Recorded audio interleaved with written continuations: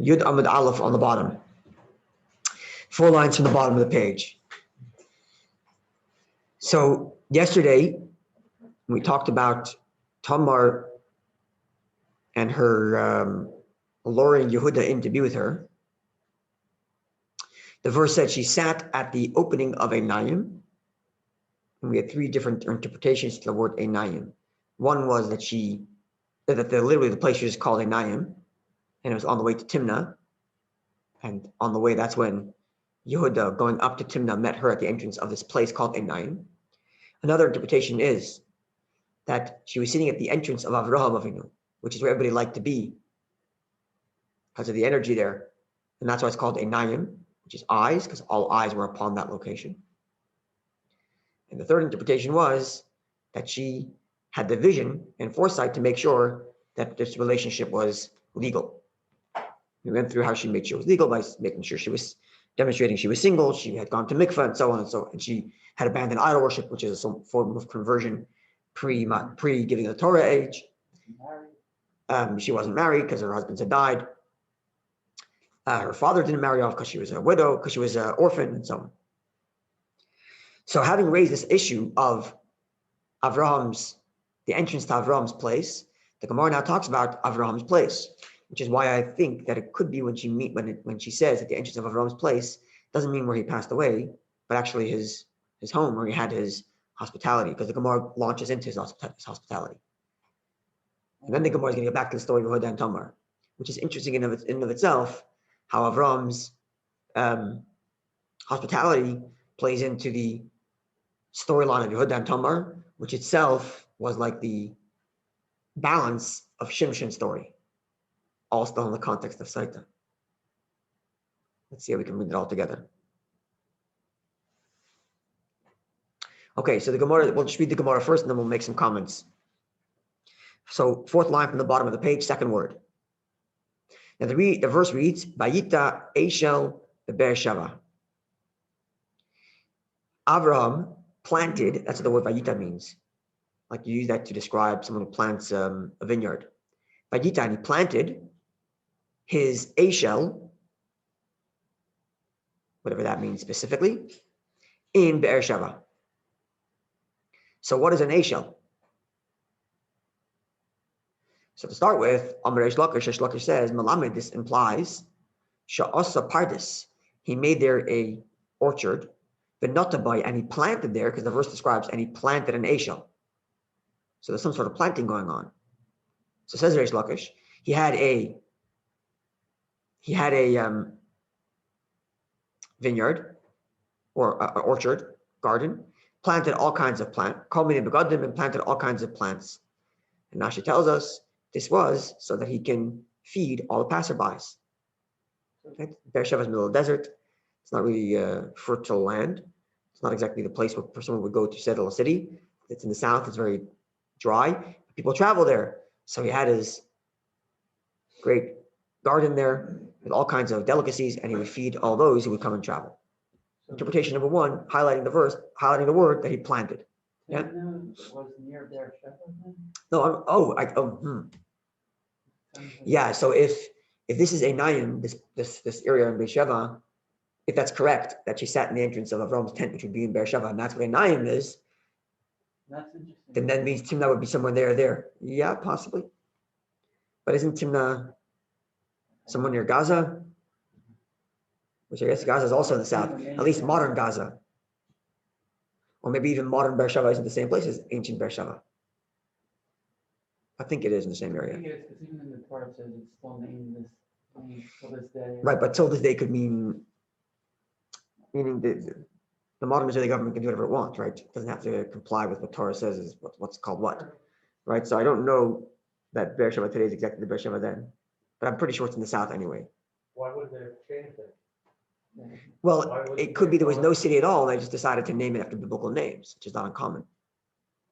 They established a new city. For example, Bnei Brak. Bnei Brak is established in the 40s, and they wanted to give it a name, so they gave it a biblical name because Bnei Brak is a city mentioned in Joshua. Right. But it doesn't necessarily mean it's actually the same location. How are they supposed to know? No, maybe it is, maybe not. I don't know. But in the Torah, we know exactly where the exact locations are. We would know, yeah. So that's what I'm saying. I'm not saying there's not, I just don't know that it is. Right. But I'm pretty sure Beersheba is in the south. Even in biblical It's days. just interesting how they named it here. Well, it's called Beersheba because of the wells that was dug up there, Right. which is a hot commodity in the desert, is to have a well, right? Okay, anyway, so this is opinion number one. He planted an orchard to provide all kinds of delicacies for those traveling. And this he's highlighting from the word Vayita, and he planted. Reading number one. Reading number two, Rabbi Yehuda and Rabbi Nechemiah. Rabbi Yehuda and Rabbi Nechemiah were discussing his verse. Chad Amar, one of the two, either Rabbi Yehuda or Rabbi Nechemiah, said, Pardes, it indeed means an orchard, like Reish Lakish said. So, okay, it's not opinion number two, it's person number two agreeing with opinion number one, that we're talking about an orchard or some sort of garden. The Chadam on the other says, Pundak, he made a inn, not a garden, but an inn. And he derives this from the word Eshel, right? Because the verse says he planted an Eshel in Beersheba. And we're not really sure what the word Eshel means. But because it says planted, we can assume it means some sort of something that requires planting. And thus the previous interpretation was that he planted a garden. Eshel is Aleph Shin Lamed. Now, if you find the translation online, it's based on this Gemara. The Gemara couldn't have Googled it, right? So you would find an interpretation that matches the Gemara, specifically probably this one. It would probably be translated online as a inn. And the reason is because of this Gemara, this Gemara and other such sources that discuss this Eshel. Now the Eshel, this word Eshel, which is Aleph Shin Lamed, is an acronym. For Aleph stands for Achila, which means to eat. Shin stands for Shatia, to drink. And the Lamed stands for, the way Rashi puts it here, Levia, which means to accompany someone. A good host accompanies their guest as they're leaving. What was the shatia mean? Drinking. So there are others that actually say it's Achila, eating, Shatia, drinking, and Lina, which means to sleep, to spend the night. But here Rashi says Levia, to accompany them, which is a higher form of hosting, that you don't just provide for them while they're in your house, but you even accompany them as they leave. Okay, so this is his reading. He highlights the word Eshel. This word Eshel stands for eating, drinking, accompany, which is a kind of hosting ground. And thus, what he built was an inn. The two don't seem to be contradictory. Though. No, not necessarily contradictory. Now, Lamad Amar Pardes, according to the view that said that he planted an actual garden, Hainu Diksiv Vayita. Now you understand the terminology in the verse, which says he planted, because he actually planted something. But Lamad Amar Pundak, according to the opinion which says that Avram Avinu built an inn. My Vayita, what is the meaning of this word? And he planted. You don't plant an inn, you build an inn. So what does it mean he planted? So says the Gemara, Kediksiv, there's another verse elsewhere in Daniel, where there it says, Vayita Aloy Apondai. He implanted his tent or pitched his tent in such and such location. And when the Torah of this book in Daniel describes somebody pitching their tent, it uses the term Vayita, the same word here as Vayita Eshel. He built an Eshel, or he planted an Eshel. And presumably the reason is because when you pitch a tent, you bang the pegs into the ground. Much like when you plant, you're putting something into the ground. So the words are used in both contexts. And therefore, Vayita Eshel either means he actually planted something, a vineyard, a garden, or he pitched his tent there, which was his inn. Either way, the point is he's hosting. He planted himself there. Sorry? He basically. Or modern, yeah, he planted himself there. That's a way of putting it, yeah. Right. So in other words, it's not contradictory. No, The not meaning is a bit different. Correct. They don't clash. No, not at all. So one could even say that the first interpretation, which says that he planted a garden, Pardes, could be an allusion to a place of Torah. Torah is often referred to, the learning of Torah is often referred to as the Pardes of Torah, the orchard or the garden of Torah, browsing the garden of Torah. We have this description specifically spiritual learning actually. We have this description when four sages enter into a spiritual state. One survives, another one dies, one comes out and became sick, one came out and left Judaism. Famous story of Akiva.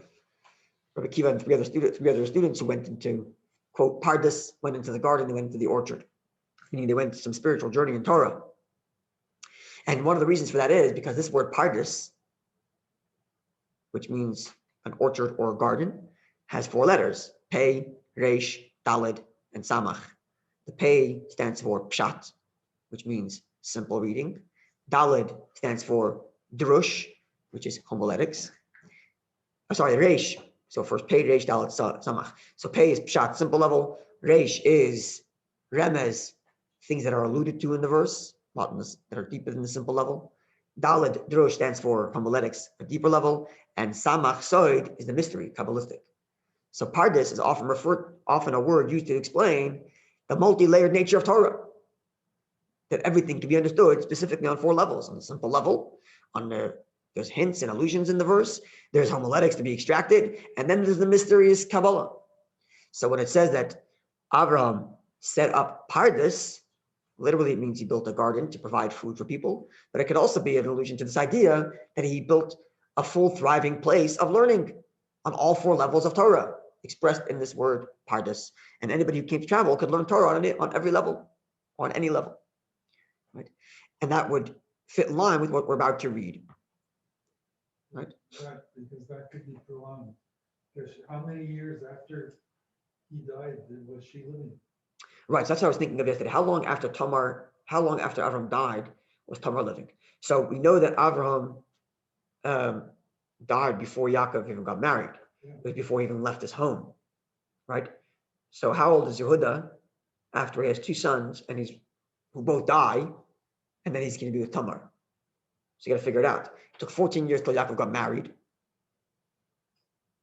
Right? Mm-hmm. And then, 14 years, at least 7 years, and then he gets married to Leah, then married to Rachel. Yehuda's a son of Leah, so he's one of the older children. Nonetheless, you're still talking about 20, 30 something years after Avram died. So it's possible that the inn or this garden still stayed around as a public space where people can come and eat and enjoy and have a good time and learn, hopefully. So maybe that's why the women wanted to go there. And that's what people would go. And that's what people would go there. Yeah, and that's what I'm thinking. Unless he's actually talking about Hebron, where he's buried, and then Timnah's got to be somewhere near Hebron. But I think this means. But I think because I think in the context of the fact that the Gemara brings up the story of his inn right after discussing how she was sat at the entrance of his place, of Avram's place, and then the Gemara is going to get back to the story of Tamar. I would assume that the place where she was sitting was this inn, which stayed on even after his life. It was a place of learning. Yeah, it was a place of exactly a garden, a place of learning. People would come and sit and discuss and. Oh, it should be consistent with their Shabbat because that's the well. Yeah, wells are also connected to marriage. Yes, wells are also connected to Torah and marriage, right? A lot of shidduchim in Torah happen at wells. Yeah. The 7 blessings. More that than a garden. Because people would have to maintain the garden and everything. Well, there's wells in Beersheba, which is why it's called Beersheba, 7 wells, or the well of the vow, because either way you put it. Right? And the 7 blessings at a wedding. Anyway, the bottom line is, so the simple reading is that he builds his garden and he builds a inn. But either way, this whole thing is all so that he can promote monotheism. That's why he built this whole Chabad House, the very first Chabad House. And this is what I was talking about, why it's connected to food. What's the way to a Jew's heart? Food. To his stomach. Food. Yeah. And this is what Avraham Avinu knew right from the beginning. You want to attract people? Build a garden, build an inn. People can come, have a l'chaim, have something to drink, have something to eat. And then you can bring in Judaism, as the Gemara is about to explain. So Vayikra Hashem, the Gemara says, Vayikra Hashem. And he, sorry? We're still holding to it. We're still holding to it. That's right. This is the tradition of since Avraham Avinu. The Chabad House is built on Avraham Avinu's model. I'll explain literally in a minute why, not just figuratively, quite literally. COVID is slowing us down, though. Yeah, I'm not going to stop us, God forbid. Anyway. I said slowing us down. Yeah. So the verse reads that he planted his Eshel in Beersheba. Now his Eshel is either an actual garden with all kinds of delicacies for guests, or an inn in which you can host people and feed people. And then the verse reads, Vayikra Sham, Shem Hashem, and he called out there in the name of God, Kel Olam, Master World. That's the verse That's how the verse concludes. Says the Gemara, Amr Reish Lakish. Reish Lakish says, now this is interesting because Reish Lakish himself is a Baal Teshuvah. Reish Lakish is a Baal Teshuvah. We had occasion to talk about his story in more detail, but the short of it is that he was a bandit, had his way with women, also connected here to Sotah, had his way with women, and he sees what looked like a woman to him across the river. He jumps across the river to engage with her, and he sees, behold, it's a beautiful looking man. This man, his name is Rabbi Yochanan. He's a well-known, good-looking fellow. We also talked about him earlier, actually, in the Gemara here, how he was a person who sat outside the mikveh. Yeah? That's Rabbi Yochanan. So Reish Lakish jumps across the river, thinks it's a beautiful woman, it's really a nice man, and of course, like we say in Yiddish, it's a Gavarin Schwarz in the Egen. You know, you give the expression? Yeah. It became black in his eyes, meaning like he was totally let down. It's a Yiddish expression. And you say, like, you thought that was going to happen, you arrive, it's a Gavarin Schwarz in the Egen. The eyes became black. That's not what I expected. There's a guy here. So Rabbi Yochanan says, not to worry. I have a sister who's more beautiful than me. Come with me to the yeshiva, learn Torah, and I will introduce you to my sister. That's what happens. He becomes Rabbi Yochanan's study partner and brother-in-law. The end of the story is a little more tragic, but that's the story. So Reish Lakish himself is a Baal Teshuvah, and he's telling us the secret of how to make Baal Teshuvahs. What does he say? Al tikra vayikra. Don't read the verse that Yaakov called out to God, Ella rather on the top of 10b, Yud Aleph, Ella rather Vayakri. Put a lamed under the Yud there, the first Yud. Vayakri, he made others call out. Not that he called out to God, but he made others call out to God. Shehik Malamedis implies Shehikri Avram Avinu Lishmoish LaKadosh Baruch Hu. God made Avram Avinu made others call out to the name of Hashem. The peh kol over v'shav in the mouth of all the visitors and passerbys. So everybody that came to his inn, everybody that came to his garden, whichever way you put it, he inspired them that they should call out to Hashem. How did he do it? And this is where the Chabad House gets its model. Kate said, how did he do it? After people came and they ate and drank, people got up, to thank him, to bless him. Thank you, Avram. Delicious food. I'll be on my way. Amar lahem, so Avram Avinu would tell them, you ate my food? It's not me. You ate from the food of the God of the world. Thank, praise, and bless Lamisha Amar, to the one who spoke. And the world was created. Elsewhere, the story is more elaborate, where they refuse, and Avram Avinu says, "Okay, no problem. If you think it's mine, here's your bill." Oh, you don't want to pay the bill because it's not mine. That's right, it's not mine. It's from Hashem, so thank Hashem. But the point is the same. Through the stomach is how you reach to another Jew. Now, I'm saying that this whole Gemara here is the basis for Chabad House, not just in the cute sense, because Chabad Houses like to serve Jews food and give them a good time so that they're more open and receptive to listening about Yiddishkeit and Hashem, which is what a Fabregan really is. We had this elsewhere in the Gemara. Eating is not to be taken lightly because eating brings the hearts together. People sit and eat together, break bread together, eat for break together, it opens people up and you share. And that's kind of what Rabbi is doing here. But much deeper, on a more serious note, the first discourse that the Rebbe said when he became Rebbe, and in saying this discourse, he kind of accepted the mantle of leadership, because a discourse, unlike just a regular talk, is unique to a Rebbe. Only a Rebbe says an original discourse of Chassidus. A talk, if I bring in, anybody can do. Anybody can share words of Torah. But a discourse is not just the words of Torah. A discourse is like a spiritual experience where a Rebbe closes his eyes, he speaks in a certain tune, and there's a niggin sang before in preparation, a niggin sang after. It's a whole spiritual experience, and the Rebbe during the spiritual experience delivers an original Hasidic discourse, and only a Rebbe does that. So after a year since his father-in-law passed away, and Hasidim were pushing the Rebbe to accept the mantle of leadership, at the Fabregan, at the celebration commemorating his father-in-law's first yahrzeit, his father-in-law's first anniversary of passing, he delivered a discourse. And in delivering the discourse, it was kind of his way of proclaiming, I'm accepting the mantle of leadership. Okay. Now, in this discourse, he lays out, here's my plan for me being Rebbe. You want me to be Rebbe? Here's my plan. My plan is, we're going to do nothing less than bring Mashiach. So if you're on board for bringing Mashiach, great. Like I actually heard of Shei's Tao speaking recently. That Maimer is like terms and conditions on an app. You download an app, You don't read the terms and conditions. You just say click, click, yes, yes, yes, yes. So we all wanted the Rebbe to be Rebbe, and the Rebbe's terms and conditions were laid out in that Maimer, and we all said yes, yes, yes. And I don't think we realized what we were signing up for. He said, we're bringing Mashiach. Straight up, we're bringing God's presence down to this world. That's what he said in this Maimer. Very emotionally deep and intellectually deep Maimer. Basilagani. Famous Basilagani. Correct me if I'm wrong, or if I misunderstood, that first mimer that he gave, or the first discourse that he gave, Yeah. was the same that his father-in-law. Yes, so it's gave, predicated on what his father-in-law had written, yes. Which is which was his father-in-law's also when he accepted. it was his father-in-law's last discourse he Oh, delivered. last, okay. Yeah. So it's not uncommon that a Rebbe will say a discourse that's citing to a previous discourse. It's actually rather a common theme. In fact, in that discourse, the Rebbe made a point of citing to all of his predecessors, back to the Alter Rebbe. What do you say here, Robert? Sorry? It wasn't a duplication of the previous. No, not duplication. It was just An elaboration. a citation on the same area of Torah. Correct. Citation in the same area of Torah, took what his father-in-law had said, and then added a layer of meaning on a whole new level. So he said, we're going to bring Mashiach. How are we going to bring Mashiach? Well, what is Mashiach? What is the Messianic era? We learned this at length in the Gemara in Sanhedrin. And we learned this at the end of the laws of Rambam, which we also had occasion to learn here, that Mashiach essentially is a time when godliness is revealed in the world. Okay, so if we're going to bring Mashiach, we have to bring godliness to this world. And to that end, the Rebbe cites to this Gemara, where Avraham Avinu didn't just himself call out to God, but he made others call out to God. And then the Rebbe said the following.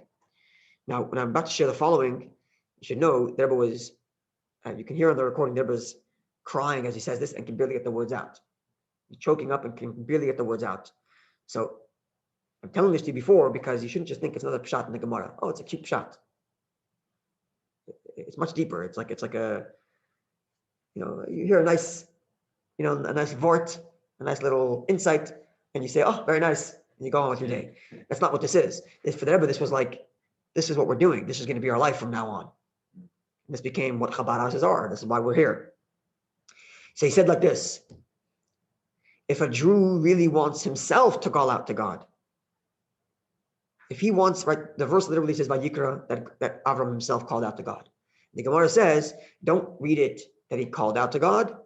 Read it, Vayakri, he made others call out to God. Now, as a matter of principle, whenever there's such a thing in the Gemara, where there's a literal reading and then the Gemara's interpretive reading, the two readings are related. So in this case, the literal reading, which is Avram himself is calling out to God, is also related to the Gemara's interpretive reading that he made others call out to God. How are they connected? So he said the Rebbe as follows, and again, the Rebbe was literally crying, could not get the words out. You can hear it on the recording. And the Rebbe says like this: if a Jew truly wants to call out to God, and his calling out to God should be truthfully, meaning you want your own relationship to God to be real, then you must be engaged in inspiring another Jew to be connected to Hashem. If you're not engaged in the Gemara's interpretive, if you're not engaged in the Vayakri, you're not engaged in inspiring others to call out to Hashem, then your Vayikra, your calling out to God, is also questionable. That's why the Gemara connects the two interpretations. Because if Avraham Avinu was truly calling out to God, which is literally the translation, he must have been inspiring others to call out to God, which is the Gemara's interpretive translation. Following? And therefore, the Rebbe said this became like the modus operandi of his leadership of Chabad. That our relationship to Hashem as individuals is going to be built on the fact that we inspire others to relate to Hashem. A selfish trip of I connect to Hashem is not like it's good, you're connecting to Hashem, you're just missing the icing on the cake, which is reaching out to another Jew. Never says no. If your relationship to Hashem is completely selfish and doesn't inspire others, then I'm questioning your entire relationship with God. Because your relationship with God, if it's true and real, must include other Jews and must include the inspiring of other Jews. And if it means you got to feed them a meal, then feed them a meal. So be it. And this is why I'm saying that this Gemara is not just like in a cute kind of way, the foundation for Chabad houses, in that Avraham Avinu served a meal. So we're also serving meals and getting to their hearts and their stomach, which is cute and true. But very deeply, this Gemara is the foundation, quite literally, of the Chabad movement today, because it's literally what the Rebbe cited to in his first discourse when he launched his leadership and saying what he plans on doing. And what he plans on doing is inspiring a generation whose relationship with Hashem is going to be built on inspiring others Jews to relate to Hashem.